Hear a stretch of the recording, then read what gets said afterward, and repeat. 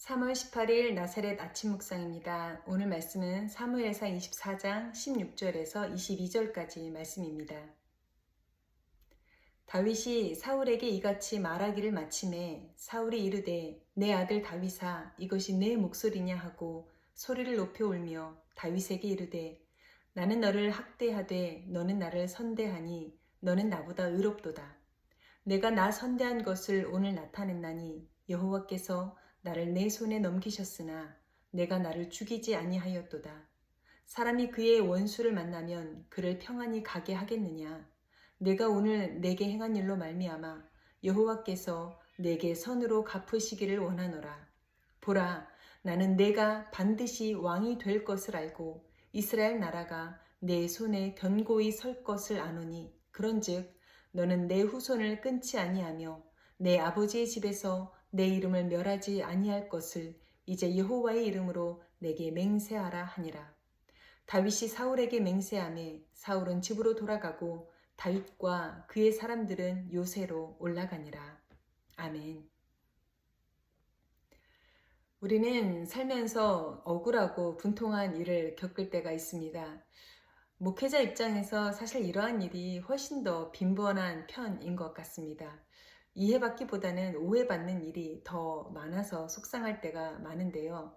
그런데 그때마다 옳고 그름을 따져가며 나의 억울함을 그들 앞에서 호소하는 것, 이렇게만 좀 할 수 있어도 좋겠는데 많은 목회자들은 이렇게까지 하지 않고 주로 참는 쪽을 선택합니다. 왜냐하면 시시비비를 가린다. 그것은 결국 나는 의롭다. 당신이 틀렸습니다. 라고 마치 죄를 지적하고 정죄하는 그런 꼴이 되어버릴 수 있습니다. 결국 서로에게 어떠한 유익이 되지 않는 것, 그래서 차라리 참는 쪽을 선택합니다.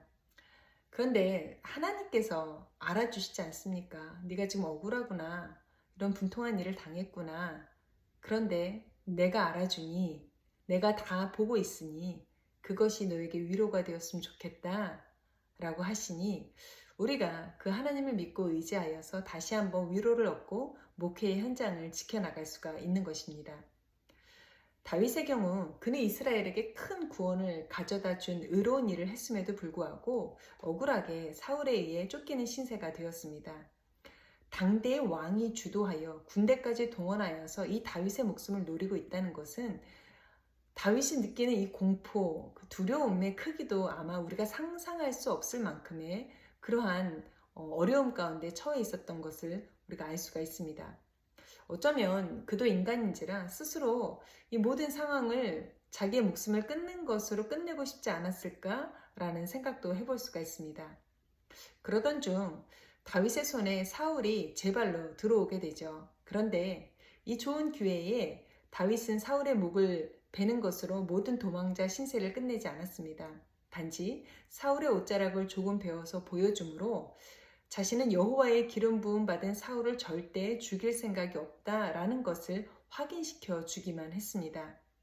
고된 망명 생활을 끝낼 수 있는 절호의 기회였으나 다윗은 사울의 목숨을 함부로 해하지 않았습니다. 악을 악으로 갚지 않고 선으로 갚는 쪽을 선택한 것입니다. 사울은 다윗의 전적인 자비로 자신의 목숨이 건져졌다는 것을 알게 되었습니다. 자신을 선대한 다윗에게 그동안 학대해왔던 것을 후회하며 회개의 눈물까지 보였습니다. 사람이 죽을 뻔한 정도, 이 어려운 그 궁지 속에 몰려봐야 비로소 정신을 차리게 되는 것 같습니다. 이때 급 처방으로 여호와 하나님을 찾게 되는 것, 사울도 마찬가지입니다. 물론 일시적으로 지금 이 순간에는 그가 회개의 눈물을 흘리기는 했으나 그래도 이 순간만큼은 모든 상황이 그에게 파악이 되었던 것이죠. 그러다 보니 이 지점에서 사울의 언어도 바뀌는 것을 볼 수가 있습니다. 사울과 다윗은 장인과 사위의 관계이죠. 법적으로 아버지와 아들의 관계인 것입니다. 그런데 그동안 사울은 다윗을 어떻게 불렀습니까? 이새의 아들이라고만 불렀습니다. 거리를 두고 있는 것이죠. 너는 내 아들이 아니라 너는 나의 원수다 라고 하는 이 마음을, 이 다윗을 부르는 호칭을 통해서도 우리는 알 수가 있습니다. 그런데 본문 16절에서 드디어 내 아들 다윗아 라고 부릅니다. 죽다 살아나니까 이제서야 이 관계가 제대로 확인이 된 것입니다. 우리도 하나님과 나의 관계가 아버지와 자녀의 관계라는 사실을 종종 잊고 살 때가 있습니다. 내가 힘들 때만 아버지를 찾는 것이죠. 때로는 요즘 같은 아직 팬데믹이 끝나지 않은 이 시대에 믿음 생활 굳이 하지 않아도 살만한데, 꼭 교회 나가 예배드리지 않아도 되던데, 온라인 예배로 집에서 이렇게 다리 쭉 뻗고 편안하게 예배해도 뭐 나한테 그렇게 큰일이 벌어지지 않는데? 라고 하면서 이때부터 하나님 아버지의 손길이 부담스러워지기 시작하는 것이죠. 그렇기 때문에 하나님 아버지가 나의 아버지가 아니라 남의 아버지로 여겨지고 있는 것입니다. 그러다가 분명히 정신을 차리게 되는 순간이 찾아오게 됩니다. 우리는 그러한 순간이 오기 전에 나와 아버지와의 관계, 이 관계가 끊어지지 않도록 계속해서 아버지 품 안에 거하는 삶을 살아야 한다는 것입니다. 사울은 자신의 목숨줄이 다윗에게 있다는 것을 알게 되자 이제서야 다윗의 무죄함, 그리고 다윗이 왕이 될 것을 사울 입으로 시인하게 되었습니다. 또한 사울 가문의 안위까지도 다윗에게 의탁하는 것으로 자신의 오늘의 패배를 인정하고 있는 모습을 보여주고 있습니다. 사울은 자신의 왕위가 영원할 줄 알았을 것입니다. 군대의 힘을 의지했고 이새의 아들과 그를 따르는 무리들은 쉽게 제압할 수 있을 줄 알았습니다. 그러나 하나님께서는 이러한 사울을 결코 돕지 않으셨습니다. 왜냐하면 그의 방법이 틀렸기 때문입니다. 그의 의도가 불순했기 때문입니다. 그렇기 때문에 사울의 방법도 불이했습니다. 전에 골리앗처럼 사울은 칼과 창과 단창으로 다윗을 대적했습니다. 그런데 다윗은 전에 골리앗을 상대했던 것처럼 끝까지 만군의 여호와의 이름으로 모든 악한 것을 대적해 온 것을 볼 수가 있습니다. 역사가 다윗을 이렇게까지 높이 평가하는 이유가 어디에 있겠습니까? 그가 똑같이 악을 악으로 대하지 않았기 때문에 그렇습니다. 억울하고 분통한 일을 당하고도 이 악을 선으로 갚는다는 것, 상대의 목숨, 나를 계속해서 쫓고 노리는 그의 목숨을 이렇게 쉽게 살려주고 놓아준다는 것 결코 쉬운 일이 아닙니다. 그러나 눈 한 번 딱 감고 우리 살면서 한 번 정도는 좀 해볼 수 있지 않겠습니까? 그러다 보면 한 번이 두 번이 되고 두 번이 세 번이 되고 어느 날 나는 악에 대해서 선으로 갚고 있는 모습들을 발견하게 될 것입니다. 이것이 바로 믿음의 성장이고 온전한 회복의 방법이라는 것입니다. 어쩌면 사도 바울은 이 다윗을 생각하면서 로마서를 쓰지 않았을까라고 하는 생각도 해볼 수가 있습니다. 바울은 이 로마서를 통해서 일반인이 따를 수 없는 아주 이상적인 성도의 삶을 제시하고 있지 않습니다. 실제 이렇게 살아온 믿음의 선진이 있으니, 그리고 이렇게 살기 위해 몸부림치고 있는 사람들이 있으니 오늘 우리도 충분히 가능하다라고 하는 현실적인 삶을 로마서를 통해서 제시해주고 있습니다.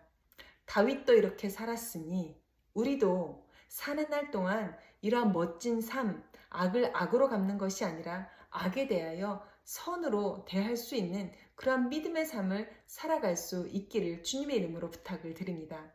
로마서 12장 17절에서 21절까지의 말씀을 제가 읽어드리겠습니다. 아무에게도 악을 악으로 갚지 말고 모든 사람 앞에서 선한 일을 도모하라. 할 수 있거든 너희로서는 모든 사람과 더불어 화목하라. 내 사랑하는 자들아, 너희가 친히 원수를 갚지 말고 하나님의 진노하심에 맡기라. 기록되었으되 원수 갚는 것이 내게 있으니 내가 갚으리라고 주께서 말씀하시니라. 내 원수가 줄이거든 먹이고 목마르거든 마시게 하라. 그리함으로 내가 숯불을 그 머리에 쌓아 놓으리라. 악에게 지지 말고 선으로 악을 이기라. 아멘. 기도하겠습니다. 하나님, 억울하고 분하고 속상하여서 나에게 악하게 대하는 사람들에게 똑같은 악으로 갚아주고 싶을 때가 많았습니다. 그런데 그로 인하여 오히려 하나님의 영광만 가리울 뿐 누구에게도 아무 유익이 되지 않음을 우리는 다윗의 경우를 통하여서 보았습니다. 하나님, 성숙한 성도 되게 하옵소서. 똑같이 악으로 대할 것이 아니라 하나님의 선함으로 우리의 원수를 대하고 오히려 그들을 높여주는 성숙한 믿음의 사람이 되게 하여 주옵소서. 오늘도 주 안에서 하나님의 선함이 무엇인지, 무엇이 더 옳은 선택인지를 분별하며 살아갈 수 있는 거룩하고 복된 날이 되게 하여 주옵소서. 감사드리며 거룩하신 예수님의 이름으로 기도합니다. 아멘.